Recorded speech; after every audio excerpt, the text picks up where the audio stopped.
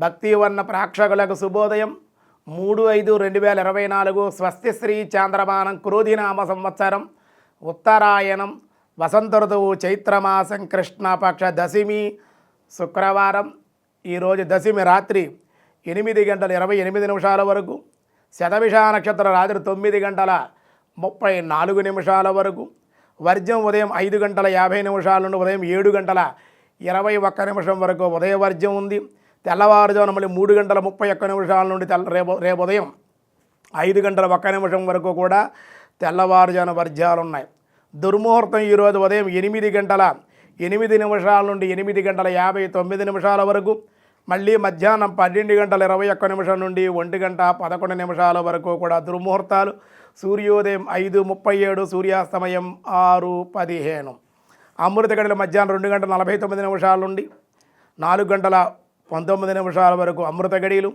రాహుకాలం ఈరోజు ఉదయం 10:30 నుండి 12 వరకు కూడా రాహుకాలం. శుభ సమయం ఉదయం 6 గంటల నుండి 7:10 వరకు ఉదయ శుభకాలం. సాయంకాలం 5 గంటల నుండి 6 గంటల వరకు సాయంకాల శుభ సమయం. బ్రహ్మయోగం ఈరోజు మధ్యాహ్నం 12:02 వరకు, వని ఉదయం 9:38, విష్టి రాత్రి 8:28 వరకు. దశమి శుక్రవారం కాబట్టి అన్ని కార్యాలకి అనుకూలం. అలాగే ఈరోజు దశమి ఏకాదశి ఉపవాసం చేసేటువంటి వాళ్ళు చైత్ర బహుళ ఏకాదశి రేపే అయింది, తప్పనిసరిగా ఆచరించండి. ఈరోజు దినారంభ చక్రాన్ని బట్టి మేష, వృషభ, మిథున, కర్కాటక రాశి వారికి అనుకూలంగా ఉంది. అలాగే సింహ, కన్య, తుల, వృశ్చిక రాశి వారికి కూడా చాలా అనుకూలంగానే ఉంది. ధనస్సు, మకర, కుంభ, మీనరాశుల వారికి కూడా అత్యంత అనుకూలంగానే ఉంది అని చెప్పడం జరుగుతుంది. ఇంకా ఈరోజు విష్ణు సహస్రనామంలో వ్యాసాయ విష్ణురూపాయ వ్యాసరూపాయ విష్ణవే అని చెబుతూ శ్రీలక్ష్మీర్వల్లభారంభాం వికనో మునిమధ్యమాన్ అస్మదాచార్య పర్యంతం వందే గురు పరంపరాం. నారాయణ నమస్కృత్య నరం చైవ నరోత్తమం దేవీ వ్యాసం సరస్వతీ తతో జయముదీరయేత్.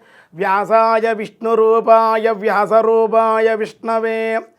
ఈ విధంగా భీష్మాచార్యులు వారిని ఈ యుధిష్ఠిరుడు అంటే పాండవులందరూ కూడా అడిగారు. ఆయన భగవంతుడిని స్తుతించారు. వైశంపాయనోవాచ శ్రుత్వా ధర్మానశేషేణ పావనాని చ సర్వసః యుధిష్ఠిరస్యాంతనవం పునరేవ వ్యభాషతః అంటున్నారు. వైశంపాయన మహర్షి జనమేజయ మహారాజు గారితో ఈ రీతిగా పలుకుచున్నాడు. అభ్యుద పరంపరలో కలిగించుచు మోక్షప్రదమైన ధర్మములను, పాపభంజనములకు ధర్మరహస్యములను అంపశయ్యపై పరున్నటువంటి భీష్మాచార్యులు ప్రబోధము చేయుచున్న పరమశాంతి గంభీరమూర్తి జ్ఞానసాగరుడు భీష్మ పితామహులతో జిజ్ఞాసువులైనటువంటి యుధిష్ఠిరుడిట్లు ప్రశ్నించుచున్నాడు.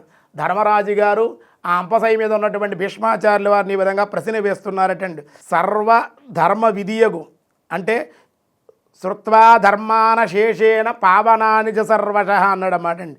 కాబట్టి సర్వధర్మ విధి పితామహుడైనటువంటి ఎన్నియో ధర్మాలను, ధర్మ సూక్ష్మాలను, అనుష్ఠానములలో ఉన్నవి తెలియజేయున్నవాడు కావున సకల పురుషార్థ సాధనమైన మిక్కిలి తక్కువ ప్రయాసతో అనంతము మహాఫలములు మిక్కిలి తెలియజేయమని సుఖములు పొందుదురు. అట్టి విషయముల గురించి ఇంతవరకు చెప్పి ఉండలేదు. చాలామంది ఎన్నో విషయాలు చెప్పారు, కానీ తక్కువ సమయంలో ఎక్కువ మోక్షం పొందే విధంగా, సునాయాసంగా తరించే విధంగా ఏదైనా ఉంటే ఎవరూ చెప్పలేదు.